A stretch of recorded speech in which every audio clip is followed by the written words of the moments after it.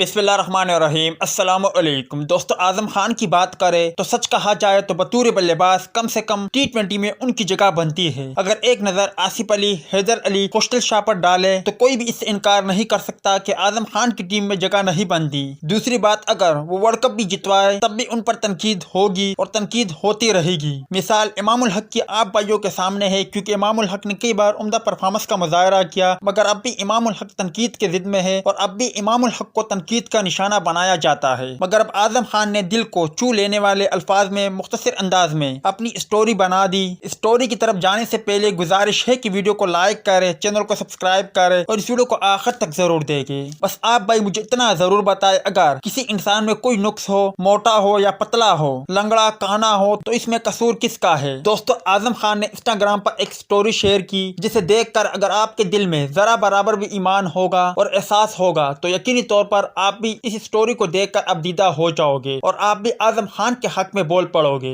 आजम खान की स्टोरी को आप देख सकते हो, जिसमें आजम खान का कहना था कि अगर एक बंदा या एक खिलाड़ी सुपर फिट है और वो 400 रन बना लेता है और दूसरा सुपर फिट नहीं है और वो 800 रन बना लेता है, तो मैं अपनी टीम में जो 800 रन बनाने वाला खिलाड़ी है उन्हें शामिल करूंगा, ना कि 400 रन बनाने वाले सुपर फिट खिलाड़ी को। दूसरी जानिब आजम खान ने एक और पर्ची लगाई है, जिसमें गालिबन वो बता रहा है जिस तरह आजम खान को तनकीद का निशाना बनाया जाता है और सोशल मीडिया सारिफीन उन्हें जिस नाम से पुकारते हैं उनको लिखा है। मुख्तसर में आप भाइयों को बताता चलूं कि उसमें क्या लिखा है। आलू, पर्ची, इज्जत, मोटा, गंदा, पहलवान के अलावा कई और भी कुछ लिखा है, मगर वो ठीक तरह से समझ नहीं आ रहा है। मतलब कि आजम खान ने एक तरह से बताने की कोशिश की है कि उन्हें तनकीद का निशाना ना बनाए, वो भी इंसान है, उन्हें भी अल्लाह ताला ने पैदा किया है और इसमें आजम खान की कोई गलती नहीं कि वो मुइन खान का बेटा है, उनके घर में पैदा हुआ है। आप इस पर क्या कहते हो? कमेंट सेक्शन में लाजमी तौर पर बताएं।